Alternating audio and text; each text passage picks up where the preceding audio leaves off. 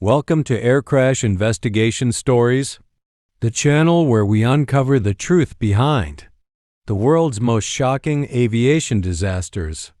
If you love aviation history and real crash investigations, make sure to subscribe and like this video so you never miss a story. Now, let's get into today's investigation. On a quiet Sunday afternoon, March 27, 1977, aviation history witnessed its darkest day. This is the story of two Boeing 747 jumbo jets, Pan Am Flight 1736 and KLM Flight 4805. Pan Am Flight 1736, also known as Clipper 1736, began its journey from Los Angeles. The aircraft made a stopover at New York's John F. Kennedy Airport before heading to its final destination, Gran Canaria Airport in the Canary Islands, Spain. On board were 396 people, including 380 passengers and 16 crew members. At the same time, KLM Flight 4805, another Boeing 747, was preparing for the same destination. On board this aircraft were 248 passengers and crew. Both planes were scheduled to land at Gran Canaria, but fate had a different plan. Earlier that day, a bomb explosion occurred at Gran Canaria Airport, forcing authorities to close the airport temporarily. Because of this, multiple flights, including Pan Am 1736 and KLM 4805, were diverted to Los Rodeos Airport on the nearby island of Tenerife. Los Rodeos was a small airport with only one way and a single short taxiway. Soon the airport became overcrowded with large aircraft parked everywhere. To make things worse, thick fog rolled across the runway, reducing visibility to less than 500 meters. Pilots could hardly see anything outside their cockpit windows. The Pan Am crew waited for hours on the ground, frustrated, while KLM's captain decided to refuel his aircraft at Tenerife. This decision would later prove fatal as it delayed their departure further. After a long wait, Gran Canaria Airport finally reopened. Aircraft at Los Rodeos started preparing for departure. The only way to reach the runway was unusual. Planes had to taxi directly on the runway itself, then turn around at the end to prepare for takeoff. KLM Flight 4805 taxied first and lined up at the end of the runway, ready for departure.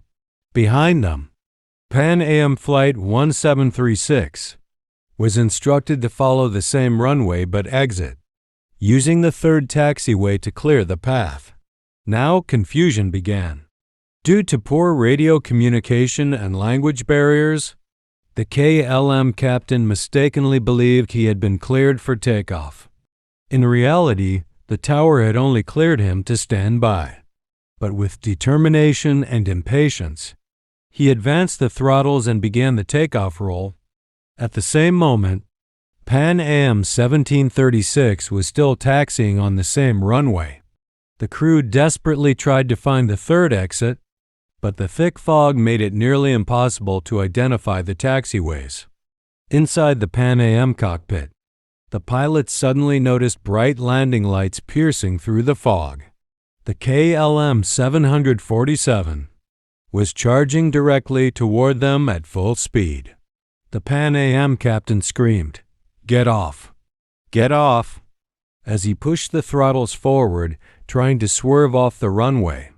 The KLM captain, realizing too late, tried to lift his heavy jumbo jet into the air before the collision. The aircraft's nose managed to rise, but the lower fuselage and landing gear smashed directly into Pan Am's upper fuselage. A massive explosion followed. Fireballs consumed both aircraft instantly. The runway turned into an inferno. The result was catastrophic. All 248 people on board KLM 4805 perished.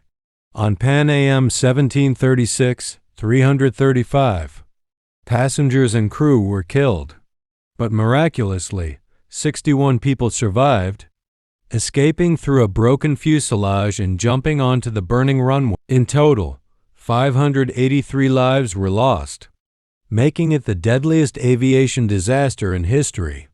The investigation revealed that the primary cause was the KLM captain's premature takeoff, combined with miscommunication between the pilots and air traffic control. Spanish investigators concluded that unclear radio phrases, poor visibility, and airport congestion all contributed to the tragedy. This disaster forever changed aviation. New rules were introduced. Standard phraseology and radio communication became mandatory worldwide. Crew Resource Management (CRM) was established, ensuring that the captain's decisions are cross-checked by other crew members.